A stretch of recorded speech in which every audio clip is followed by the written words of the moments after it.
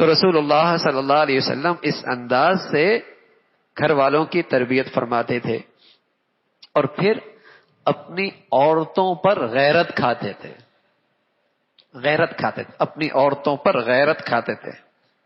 ایک ہوتا ہے دیوس آدمی، دیوس، حدیث میں رسول اللہ صلی اللہ علیہ وسلم شرابی اور دیوس اور بوڑھا بدکار جنت میں نہیں جائے گا، جنت میں نہیں جائے گا۔ دیوس، غیرت ایمان کے ساتھ چلتی ہے۔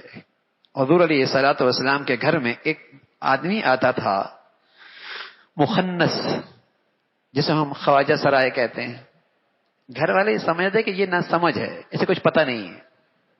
تو ایک دن اللہ کے نبی بیٹھی ہوئی ہے، تو اس نے عورت کی ایسی تصویر کشی کی کہ جسے سن کر مردوں کے دل عورتوں کی طرف مائل ہونے لگ جائیں۔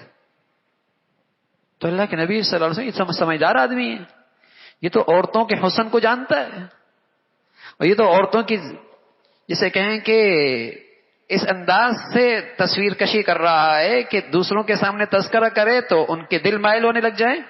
آپ نے منع فرما دیا، آئندہ اس کو بھی گھر میں نہیں آنے دینا۔ اور محدثین نے لکھا ہے، فرمایا وہ کیا دور تھا اور آج کیا دور ہے۔ باپ اپنی بیٹی کو خود ملاتا ہے، ہاتھ ملائیے ذرا ان سے۔ اجنبی مردوں کے ساتھ عورت ملے، بیوی ملے، ماں ملے، بیٹی ملے، بہنا ملے، غیرت ہی نہیں آتی۔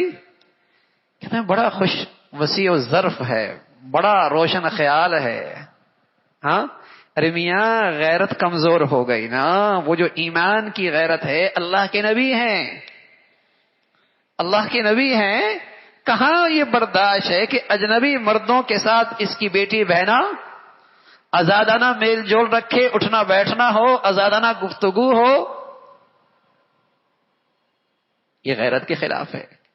تو اللہ کے نبی صلی اللہ علیہ وسلم اپنی عورتوں پر غیرت کھاتے تھے اور منع فرما دیا، آئندہ اس کو گھر میں نہیں آنے دینا، اور اللہ کے نبی صلی اللہ علیہ وسلم نے اسے روک دیا۔